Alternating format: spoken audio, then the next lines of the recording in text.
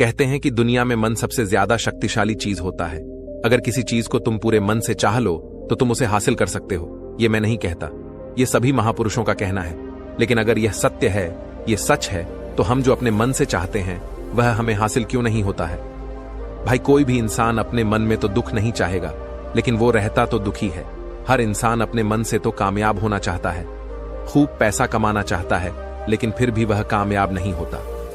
भला ऐसा दुनिया में कौन इंसान होगा जो अपने मन में यह चाहेगा कि मैं नाकामयाब रहूं या मैं पैसा ना कमाऊं? सोचने की बात है तो इसमें दो चीज निकलकर सामने आती है।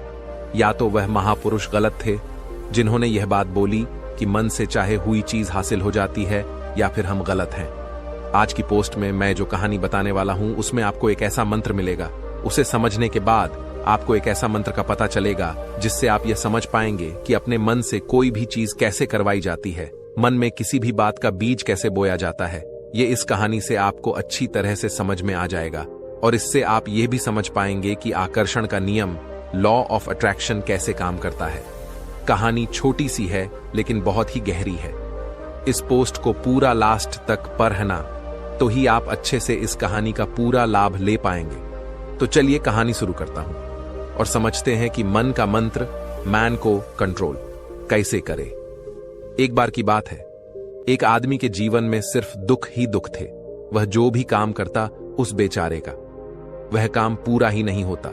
घर में आता तो घर में क्लेश बना रहता, किसी से कोई मदद मांगता तो कोई उसकी मदद नहीं करता। ऐसा लगता था कि चारों तरफ से उसके ऊपर दुख का पहाड़ टूट पड़ा है। उसे समझ नहीं आ रहा था कि मैं इन दुखों से कैसे पार पाऊं। वह दिन रात यही सोचता रहता था कि अपने दुखों से छुटकारा कैसे पाना है। इसी कारण से वह रात में सो भी नहीं पाता था। उसकी आंखों के नीचे बड़े बड़े काले घेरे बन गए थे, जो इस बात का प्रतीक थे कि वह आदमी कितना दुखी है और कितना चिंतित है। कभी कभी तो उसके मन में आत्महत्या करने के भी ख्याल आते थे, लेकिन अपने परिवार की चिंता करके वह यह कदम नहीं उठा पाता। वह इतना दुखी हो गया कि उसने निर्णय किया कि वह इन दुखों से छुटकारा पाकर ही रहेगा। इसके लिए चाहे उसे कितनी ही मेहनत करनी पड़े, कुछ भी करना पड़े, चाहे अंगारों पर चलना पड़े, लेकिन इन दुखों से छुटकारा हासिल करके रहेगा।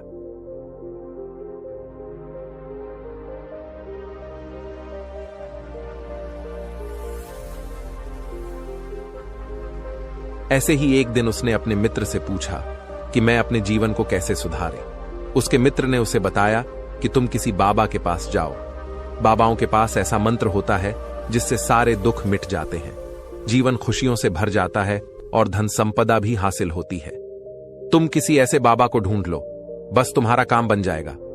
उस आदमी के मन में यह बात पूरी तरह से पक्की बैठ गई कि कोई बाबा ही मेरा दुख दूर कर सकता है, और इसीलिए उसे किसी भी बाबा के बारे में पता चलता तो वह उस बाबा के पास पहुंच जाता, उस बाबा को अपनी समस्या बताता और उससे उसका समाधान पूछता और कहता कि बाबा, मैं कुछ भी करने के लिए तैयार हूं, लेकिन मेरी इन समस्याओं से मुझे छुटकारा दिला दीजिए। आप जो कहेंगे मैं वह करूंगा, लेकिन मेरे जीवन को सुधार दीजिए। बाबा उसे कुछ टोने टोटके बताते थे करने के लिए, और बदले में दान दक्षिणा ले लेते थे कि यह टोना टोटका करने के बाद तुम्हारे घर में सुख शांति बनी रहेगी। बस इस टोटके को पूरी विधि के साथ करना। वह आदमी घर लौटकर पूरी विधि के साथ टोने टोटके करने लगा, लेकिन बहुत टोने टोटके करने के बाद भी उसके जीवन में कुछ बदलाव नहीं आया। इसके विपरीत उसका जीवन और ज्यादा दुखी हो गया। जो भी बाबा उसे टोना टोटका देता था वह बदले में उससे दान दक्षिणा लेता था, जिससे उसका धन भी धीरे धीरे खत्म हो रहा था। इससे उसके जीवन में दुख और ज्यादा बढ़ गया। तब उसे लगा कि बाबाओं के पास जाने से तो मेरे जीवन में दुख कम होने की वजह बढ़ते ही जा रहे हैं, तो मुझे क्या करना चाहिए?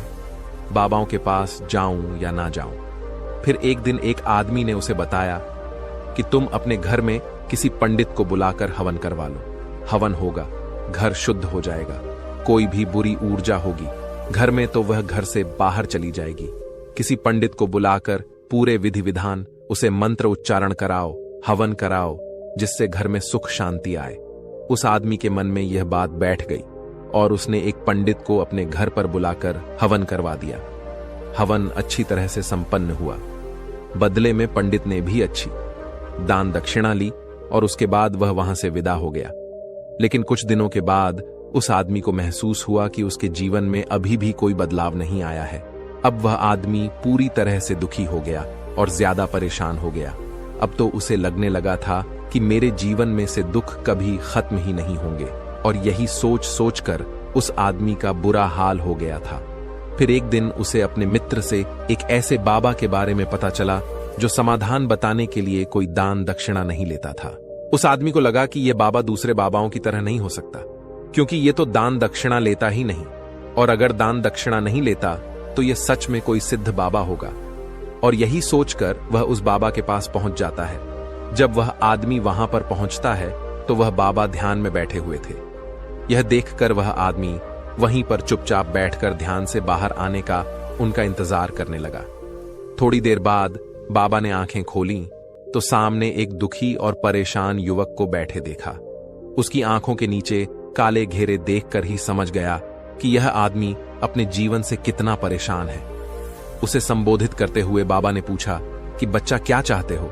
बाबा के पास क्या लेने आए हो? उस आदमी ने कहा कि बाबा, मैं अपने जीवन से बहुत परेशान हूं। मैंने इन दुखों को दूर करने के लिए बहुत सारे रास्ते अपनाए, हर वो तरकीब करके देखें जो किसी बाबा ने मुझे बताई, हर वो काम किया जो कोई भी इंसान ने मुझसे करने को कहा, लेकिन मेरे जीवन में दुखों में कोई कमी नहीं आई। बाबा, इसके विपरीत मेरे जीवन में दुखों में बढ़ोतरी हो गई है। मुझे समझ में नहीं आ रहा है कि मैं क्या करूं। कभी कभी तो मैं आत्महत्या करने की सोचता हूं, लेकिन मैं अपने परिवार की सोचकर मैं यह कदम नहीं उठाता हूं। मैंने आपके बारे में बहुत सुना है बाबा, और मैं बहुत उम्मीद के साथ आपके पास आया हूं। कृपया करके मुझे कोई ऐसा मार्ग बताएं जिससे मुझे अपने दुखों से छुटकारा मिल जाए। मैं अपने दुखों से छुटकारा पाने के लिए कुछ भी करने को तैयार हूं। आप मुझे कोई भी रास्ता बताएं, चाहे वह रास्ता कितना ही कठिन क्यों ना हो, मैं उसको पार करके रहूंगा। बाबा ने महसूस किया कि आदमी तो सच में बहुत परेशान है। बाबा ने उसकी बात सुनकर कहा कि बच्चा, दुखों को दूर करने के लिए मंत्र ऐसे ही नहीं मिलते हैं। मंत्र पाने के लिए कुछ करना पड़ता है। तुम कुछ कर सकते हो।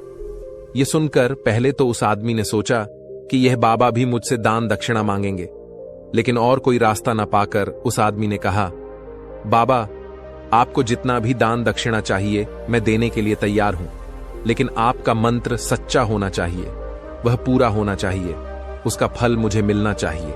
उसके बाद मैं आपको जो भी दान दक्षिणा लेना चाहते हो मैं आपको दे दूंगा। बाबा ने कहा, दान दक्षिणा तो बहुत छोटी चीज है, मुझे वह नहीं चाहिए।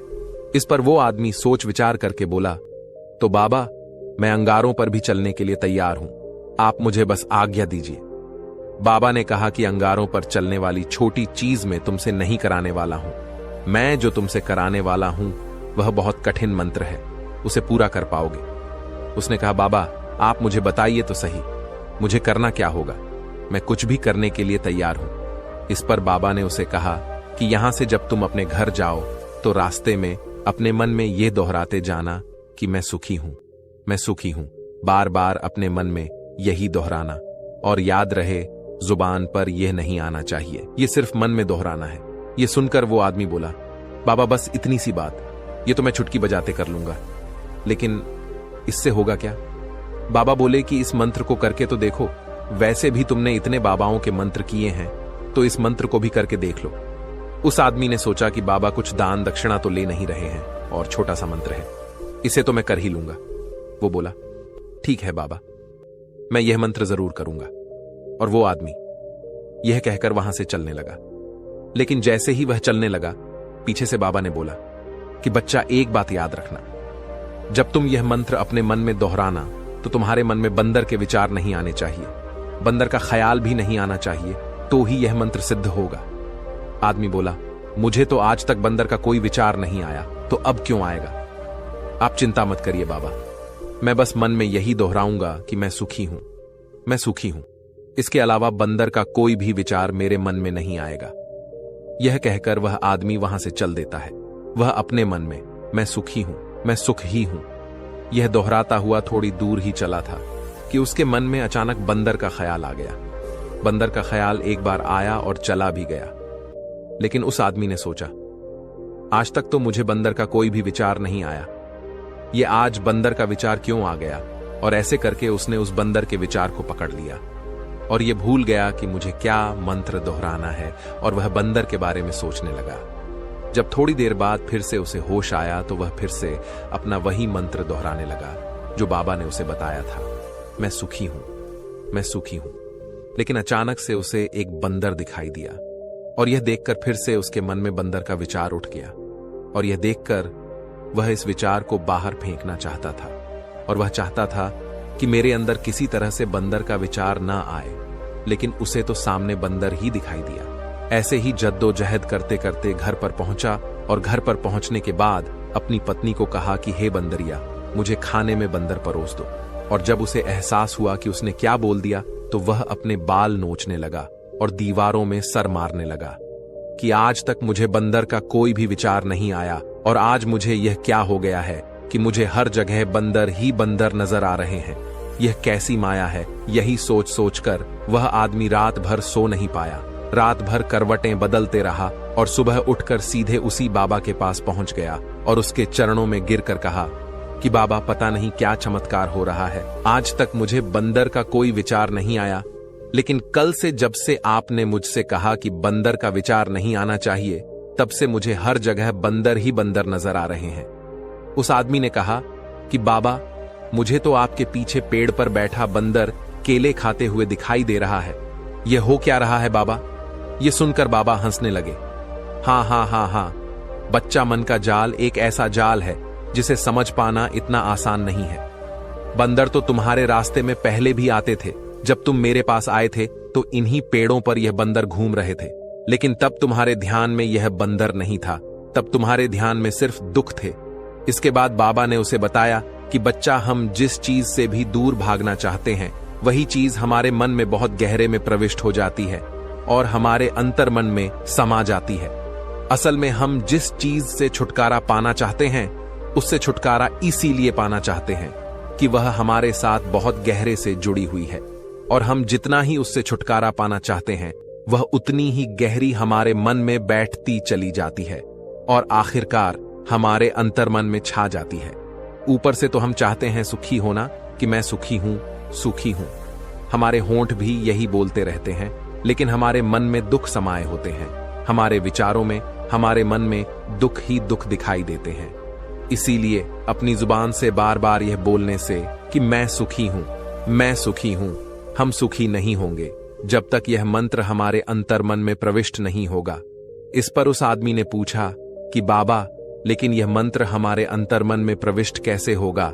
ये सुनकर बाबा ने कहा कि बच्चा, अपने दुखों से लड़ना बंद कर दो। जब तक तुम अपने दुखों को दूर करने की सोचते रहोगे तब तक वो दुख तुमसे चिपके रहेंगे, तब तक वो दुख तुम्हारे अंतर मन पर अपना राज बनाए बैठे रहेंगे। और जिस दिन तुम उन दुखों के बारे में सोचना ही छोड़ दोगे, उन दुखों से छुटकारा ही नहीं पाना चाहोगे, उसी दिन से तुम्हारे जिंदगी से दुख गायब हो जाएंगे।